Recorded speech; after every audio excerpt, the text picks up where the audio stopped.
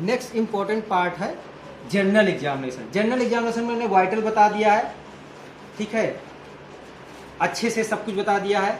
General appearance बता दिया गया है, कुछ एसएमआर स्टेजिंग बता दिया गया है।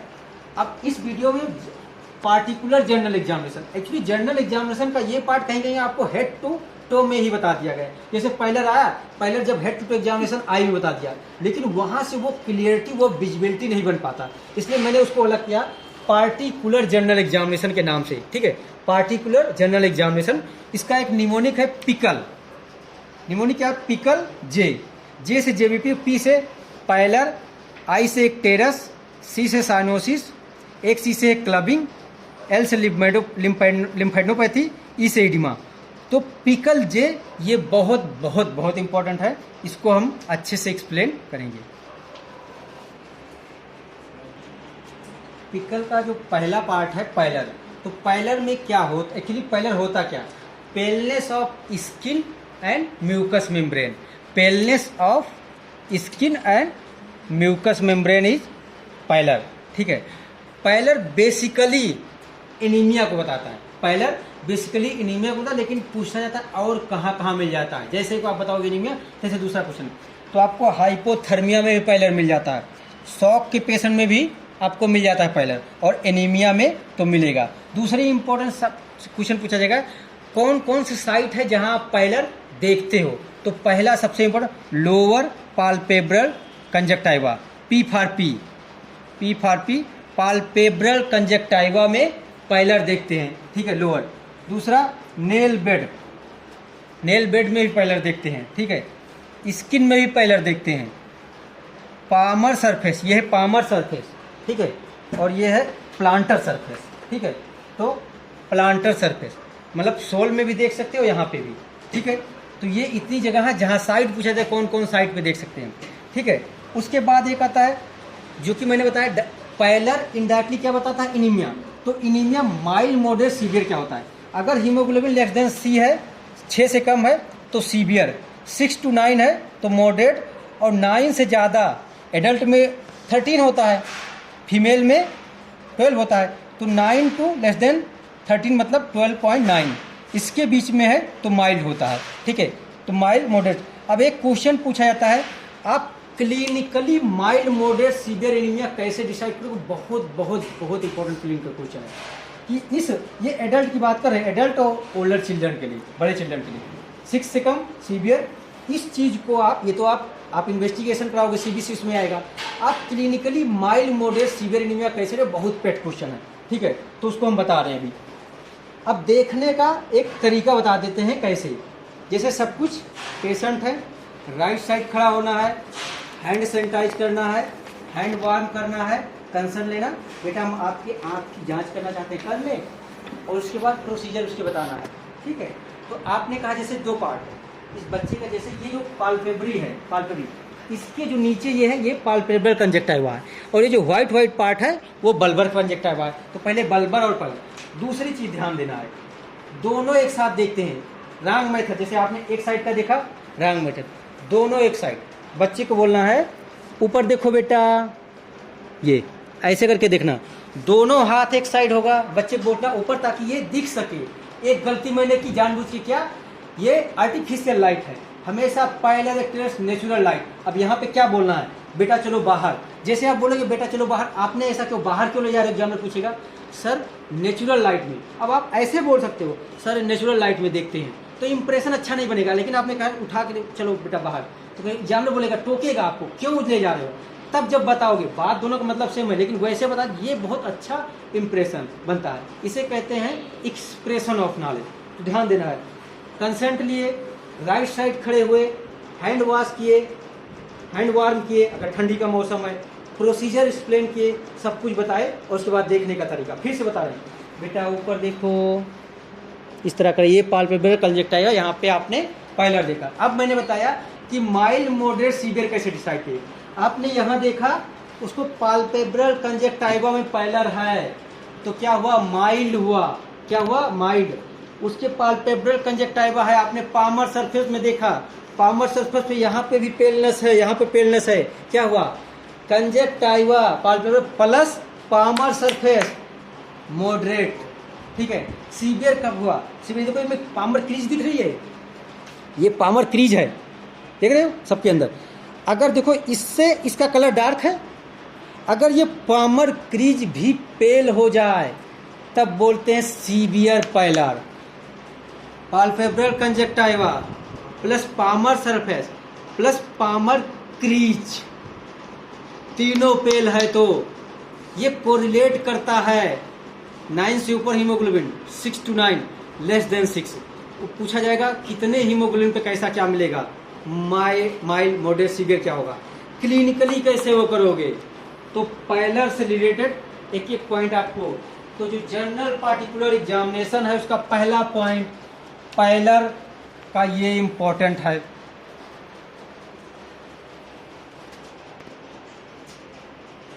पिकल का नेक्स्ट इंपॉर्टेंट पार्ट है इक्टेरस। इक्टेरस इनडायरेक्टली ज्वाइंट को ज्वाइंटिस को बताता है, ठीक है। इक्टेरस का मतलब होता है, देखो वहां पे मैंने पेलनेस बोला था, यहाँ पे एक टर्म इंपॉर्टेंट है, yellowish discolouration of skin and mucous membrane. Yellowish discolouration of skin and mucous membrane is known as icterus.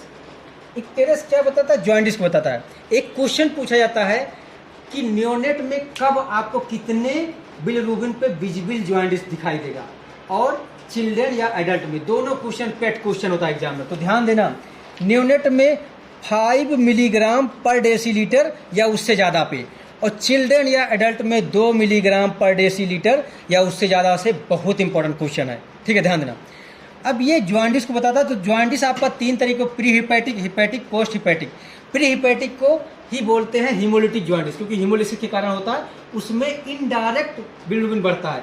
बाकी दोनों में हिपैटिक, पोस्ट हिपैटिक में डायरेक्ट बिलिरुबिन बढ़ता है, ठीक है। डायरेक्ट बिलिरुबिन ज़्यादा खतरनाक होता है। नॉर्मली क्या होता है, सीरम बिलिरुबिन का लेवल जो होता है 1 से कम होता है, 1 मिलीग्राम पर डेसीलीटर से कम होता है। उसमें डायरेक्ट कंपोनेंट लेस देन 20% से कम होता है, डायरेक्ट कंपोनेंट लेस देन 20%। अगर 1 है तो डायरेक्ट वाला कितना होगा, 0.2 से भी कम होगा। अगर 0.2 से ज़्यादा हो रहा है, इनडायरेक्ट बढ़ रहा है थोड़ा बहुत ज़्यादा, वो नहीं, अगर डायरेक्ट बढ़ रहा है तो ज़्यादा डेंजरस होता है। तो अभी हम ज्वाइंटिस में सिर्फ इतना, नियोनेटल ज्वाइंटिस कभी पढ़ाएंगे, वहाँ हम अच्छे से ज्वाइंटिस और डिस्कस करें। ज्वाइंटिस नियोनेट में बहुत इंपॉर्टेंट टॉपिक है, तुम्हें नियोनेट के 60 केस में मिलता भी है। तो इतना पॉइंट येलो डिस्कशन। अब देखना क्या है, इसको कहाँ देखेंगे, पाल पेब्रल में उसको देखे तो इसको बल्बर कंजक्टाइवा, इसको स्किन में देख सकते हैं, ठीक है। इसको भी नेल बड में देख सकते हैं, इसको भी पामर सरफेस में।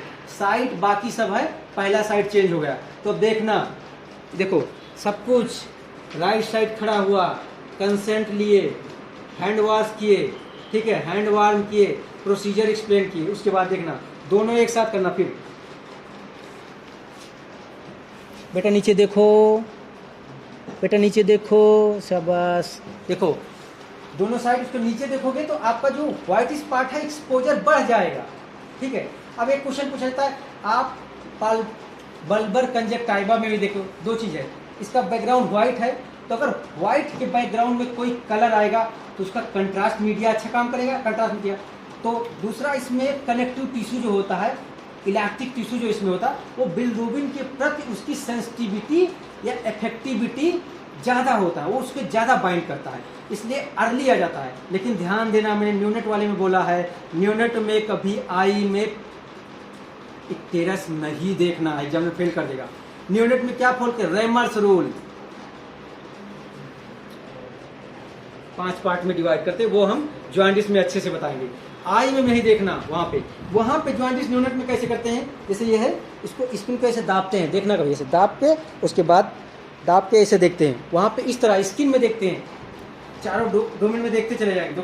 लास्ट में हम पाम सोल पे करते हैं, पाम पे देखे या सोल पे करके देखते हैं, ठीक है, इस तरह से। तो वहां पे आई में नहीं देखना, बच्चे में आई में देखना है। कैसे दोनों करते हैं, क्यों आई में देखते हैं, 2 कारण है, उसको एक्सप्लेन किए। तो आपका इक्टेरस दूसरा पिकल का इंपॉर्टेंट पार्ट, इक्टेरस आपका अच्छे समझ में आया, कोई डाउट नहीं होना चाहिए। पिकल का नेम नेक्स्ट इंपॉर्टेंट पार्ट है साइनोसिस। एक्चुअली साइनोसिस होता क्या है समझिए, इंपॉर्टेंट पार्ट है। साइनोसिस होता है, पहले क्या था, पेलनेस, उसका येलोइनेस, ये ब्लूइश डिस्कलरेशन ऑफ वही skin and mucous membrane is known as cyanosis. Cyanosis के लिए बोलते हैं क्राइटेरिया ऑफ साइनोसिस, बहुत इंपॉर्टेंट है, ये वैल्यू याद रखना। रिड्यूस हीमोग्लोबिन, रिड्यूस हीमोग्लोबिन वो हीमोग्लोबिन जो ऑक्सीजन से बाइंड नहीं, रिड्यूस हीमोग्लोबिन 5 और मोर देन 5 ग्राम पर डेसीलीटर से ज़्यादा होना चाहिए, 5 या 5 से ज़्यादा हो तब साइनोसिस अपीयर होगा। दूसरा क्राइटेरिया SpO2 लेस देन 85, अगर किसी का SpO2 लेस देन 85% है तो साइनोसिस अपीयर होगा विजुअली, जैसे मैंने कहा विजुअल जॉइंटिस के लिए उसे विजुअल, ये 2 क्राइटेरिया। एक एक पॉइंट इंपॉर्टेंट है, बहुत एक्सटेंसिव रिसर्च के बाद ये सब चीज़ें मिली हैं, ठीक है, ये याद करना ध्यान से, ठीक है।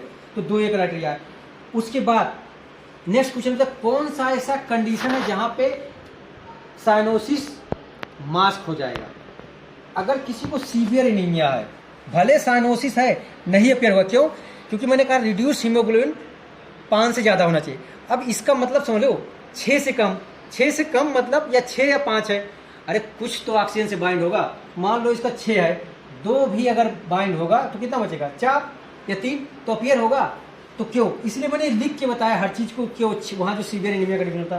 तो पूछा जाता कौन सा ऐसा कंडीशन है जहाँ पे साइनोसिस एक्चुअली में है लेकिन विजुअली नहीं दिखेगा, मास हुआ। तो अगर किसी को सीवियर एनीमिया है, हीमोग्लोबिन ही 6 से कम है, ठीक है, 2-4% तो ऑक्सीजन से बाइंड होगा, तो कंडीशन ये वाला कंडीशन फेवर नहीं कर पाएगा, ये चीज़ इंपॉर्टेंट। अब चीज होता है साइनोसिस के टाइप, तो 3 तरह के साइनोसिस होते हैं, एक peripheral cyanosis, central cyanosis, differential cyanosis. Differential cyanosis ये होता है कि मान लो आपको अपर लिम्ब में साइनोसिस है, लोअर लिम्ब में साइनोसिस नहीं है, या लोअर लिम्ब में साइनोसिस हो अपर लिम्ब में नहीं है, एक ही लिम्ब में है एक में नहीं, तो डिफरेंस आ रहा है ना, इसे बोलते हैं डिफरेंशियल साइनोसिस। ये मिलता कहाँ है, बहुत इंपॉर्टेंट, पीडीए में, पैटर्न डेक्टस आर्टरियोस। सेंट्रल साइनोसिस, कोई भी 2 सिस्टम है, सीबीएस और रेस्पी की डिजीज होगा, कोई भी सीबीएस जैसे कॉन्जेनाइटल साइनोटिक हार्ट डिजीज, रेस्पी का कोई प्रॉब्लम होगा तो सेंट्रल साइनोसिस होगा, ठीक है। तो ये लिखे हैं मैंने। पेरिफेरल साइनोसिस के लिए क्या है, शॉक, अगर किसी को शॉक में होगा बच्चा या हाइपोथर्मिया, बेसिकली हाइपोथर्मिया में, तो पेरिफेरल साइनोसिस मिलेगा। एक चीज ध्यान रहा, सेंट्रल साइनोसिस में तो पेरिफेरल मिलेगा, अगर सेंट्रल है तो पेरिफेरल तो होगा, सेंट्रल एलोन हो सकता है। अगर किसी को सेंट्रल में, सेंट्रल एलोन नहीं होगा, सेंट्रल होगा तो पेरिफेरल होगा, पेरिफेरल एलोन हो सकता है। अब समझो दोनों चीज। ये कागज क्या है, अब एक चीज बहुत कॉमनली पूछा जाता है कि पेरिफेरल साइनोसिस सेंट्रल साइनोसिस को डिफरेंशिएट कैसे करोगे। एक तो साइट जान लो, साइट कहाँ होगा। अगर किसी को लिप हो गया, lip oral cavity, soft palate, यानी इसके अंदर मिल रहा है साइनोसिस, सीधा से आपको इसके लिए अंदर मिल रहा है तो सेंट्रल साइनोसिस। वही मैंने लिखा है, टंग, ओरल म्यूकेसा, सॉफ्ट पैलेट, अगर इन जगह पे ये साइड पे मिल रहा है तो क्या है, टंग, ओरल म्यूकेसा और सॉफ्ट पैलेट पे मिल रहा है तो क्या है, सेंट्रल साइनोसिस। और अगर पेरिफेरी मिला, पेरिफेरी में कहाँ, नोज टिप साइनोस है, एयर लोबुल साइनस है, ठीक है, nose tip, ear lobule, hand, nail bed, ठीक है। अगर स्किन, पेरिफेरल स्किन, ये सब साइनोस है, skin, nail bed, tip of nose, ear lobule, ये सब साइनोस है तो पेरिफेरल साइनोसिस, ठीक है। अब ये ध्यान नहीं देना, सेंट्रल साइनोसिस में ये सब में तो होगा, ये एक साइड का हो गया। दूसरा चीज काजेज क्या है, मैंने बताया हाइपोथर्मिया, शॉक, पेरिफेरल। सीबीएस और रेस्पी डिजीज दोनों में डिफरेंस पूछ लिया जाता है, central cyanosis, peripheral cyanosis difference. एक चीज है, अगर कोई रेस्पी का डिजीज होगा, सीबीएस का डिजीज होगा, जब 100% ऑक्सीजन दोगे या ऑक्सीजन दोगे तो ये साइनोसिस क्या होगा, इम्प्रूव होगा, ठीक है, क्योंकि ऑक्सीजनेशन का काम रेस्पिरेटरी सिस्टम का, कार्डियक आउटपुट बढ़ाने का काम इनडायरेक्टली सीबीएस का है। तो अगर इन दोनों के कारण साइनोसिस होगा, भले ही साइनोटिक सीएचडी है, उसमें 100% ऑक्सीजन देने, बहुत ज़्यादा नहीं बढ़ेगा लेकिन कुछ बढ़ेगा, थोड़ा सा इंप्रूवमेंट होगा। तो अगर 100% ऑक्सीजन देने पे इम्प्रूव हो रहा है तो सेंट्रल साइनोसिस है। और भाई यहाँ पे तो काज हाइपोथर्मिया, शॉक है, तो शॉक करेक्शन दोगे तब इम्प्रूव होगा, ऑक्सीजन देने पे ये साइनोसिस इम्प्रूव नहीं होगा, पेरिफेरल। अब चूंकि शॉक के कारण, शॉक में फ्लूइड देते हैं, आइनोट्रॉप देते हैं, अगर फ्लूइड आइनोट्रॉप दोगे तो सेंट्रल तो उल्टा, थोड़ा सा सेंट्रल साइनोसिस और पेरिफेरल साइनोसिस में थोड़ा सा पार्ट उल्टा हो गया था, उसको करेक्ट करने की जरूरत है, फिर से हम रिपीट करते हैं। साइट क्या होगा सेंट्रल साइनोसिस के लिए, ओरल म्यूकोसा, लिप और soft palate, oral mucosa, lip, soft palate. जो पेरिफेरल साइनोसिस के लिए होगा skin, nail bed, tip of knows और ईयर लोबुल, ठीक है। सेंट्रल साइनोसिस 100% ऑक्सीजन से इम्प्रूव होगा, जैसा कि मैंने वहाँ बताया था सीबीएस और रेस्पी के प्रॉब्लम से होगा, ठीक है। और पेरिफेरल साइनोसिस 100% ऑक्सीजन से इम्प्रूव नहीं होगा। ये हाइपोथर्मिया पेरिफेरल साइनोसिस या शॉक के कारण होगा, ठीक है। अब क्या करें, क्योंकि हाइपोथर्मिया के कारण है तो वार्मिंग से क्या होगा, पेरिफेरल साइनोसिस तो इम्प्रूव होगा लेकिन सेंट्रल साइनोसिस नहीं इम्प्रूव होगा, no improve central cyanosis. Fluid और आइनोट्रॉप से पेरिफेरल साइनोसिस इम्प्रूव होगा और सेंट्रल साइनोसिस नहीं। तो आपको काज मालूम है, साइट याद करना है, उसके बाद उस काज के अनुसार आपको बनाते जाना है पॉइंट, ठीक है। साइट याद रखना है। अगर कोई रेस्पी और सीबीएस का प्रॉब्लम है तो 100% ऑक्सीजन से इम्प्रूव होगा, शॉक आइनोट्रॉप फ्लूइड बोलस से इम्प्रूव होता है और हाइपोथर्मिया वार्मिंग से। तो ये पॉइंट आपकी 6-7 पॉइंट हो जाएंगे। तो आप साइनोसिस पे अगर 60 नोट आएगा तब भी कर लोगे और साइनोसिस पे हो जाएगा। कहाँ कहाँ कौन सा देखते हैं, देखने का तरीका आप लिप पे देख लिए, फिर टंग ओरल कैविटी दिखाओ बेटा, आप पहले आप वो करके देख सकते हो और हैंड पे एग्जामिनेशन कर सकते हो, इसमें कोई दिक्कत है। बेटा मुँह खोलो, ऐसे करो, ऊपर दिखाओ, मुँह खोलो और अच्छे से खोलो, ठीक है, और अच्छे से साफ पहले इस तरह देख लिए सेंटर। बाकी पेरिफेरल आप स्किन में देख लिए और नोज पे देख लिए, ये लेबुल पे देखने से आपको इंस्पेक्शन में ही दिख जाएगा, ठीक है। तो आपका साइनोसिस वाला पार्ट कंप्लीट हुआ जनरल एग्जामिनेशन का। प्यारे दोस्तों, जिस दिन आपको समय देखने के लिए भी समय ना मिले, जिस दिन आपको समय देखने के लिए भी समय ना मिले, समझ लो कि लाइफ में आप कुछ बड़ा कर रहे हो। साजिशों से हार जाएं, हम वो इंसान नहीं। कि मैंने कहा साजिशों से हार जाएं, हम वह इंसान नहीं। अरे आंधियों से कह दो कि जरा औकात